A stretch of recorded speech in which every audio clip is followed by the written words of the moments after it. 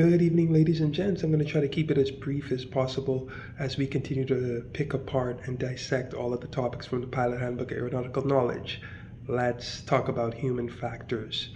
Now, when you talk about human factors, you're basically looking at the study of the limitations and the nuances in human behavior, how to optimize that behavior, and how to reduce error. When you look at the chapter, you'll notice, at least from my perspective, they have it broken down into two parts as far as the way they're looking at it.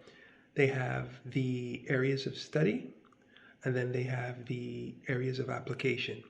And with the areas of study, pretty much they're looking at the social sciences, anything having to do with human behavior, engineering, physiology. So they're studying those areas and more.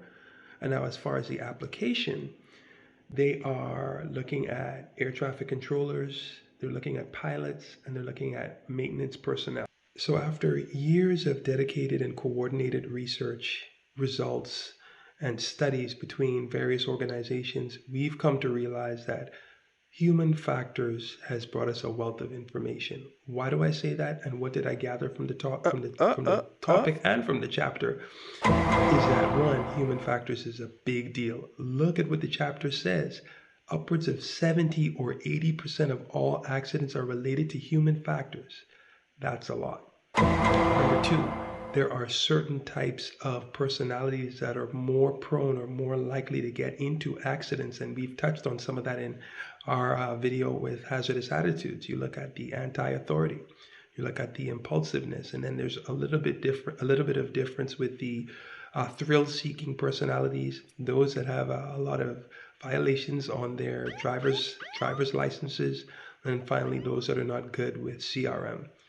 And so that was the second thing. And the third thing is, from human factors, we have determined where the majority of the accidents occur. And it was said that 24.1 was on landing and 23.4 on takeoff.